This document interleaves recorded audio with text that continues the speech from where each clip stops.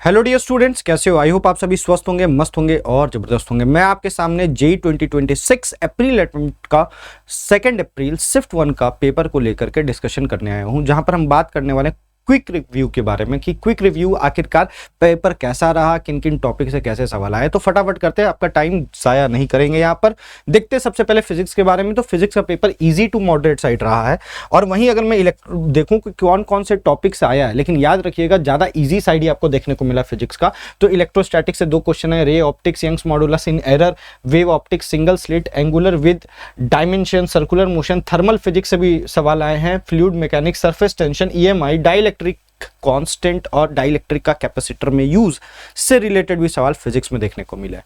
वहीं अगर मैं बात करूं केमिस्ट्री के बारे में, केमिस्ट्री आपका इजी टू मॉडरेट साइड में रहा है।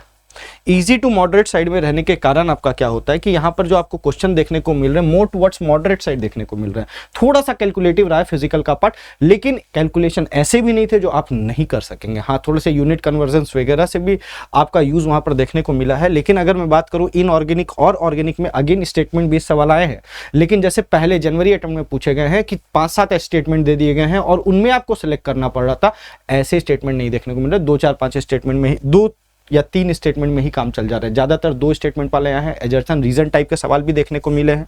हाँ, ऑर्गेनिक में आपको रिएक्शन जैसे वो एडवांस लेवल में एक से अधिक रिएजेंट्स वाले होते हैं, वो भी आपको यहाँ पर देखने को मिल रहे हैं। फिजिकल केमिस्ट्री में ज्यादातर सवाल न्यूमेरिकल टाइप में पूछने को मिले हैं। कौन कौन से ऐसे टॉपिक्स है? Electrochemistry, thermodynamic solution, chemical kinetics, P block, coordination, periodic table, hydrocarbon, aldehyde and ketone and biomolecules, ऐसे चैप्टर जिनसे सवाल ज्यादातर यहाँ पर देखने को मिल रहे हैं। आगे अगर मैं आपसे बात करूं मैथ्स के बारे में, तो मैथ्स अगेन वैसा ही अपना रुख बनाया हुआ है। मॉडरेट तो है लेकिन लेंदी साइड ज्यादा है। मतलब मॉडरेट और लेंदी जब भी आपस में मिल जाता है, पेपर थोड़ा डिफिकल्ट हो ही जाता है।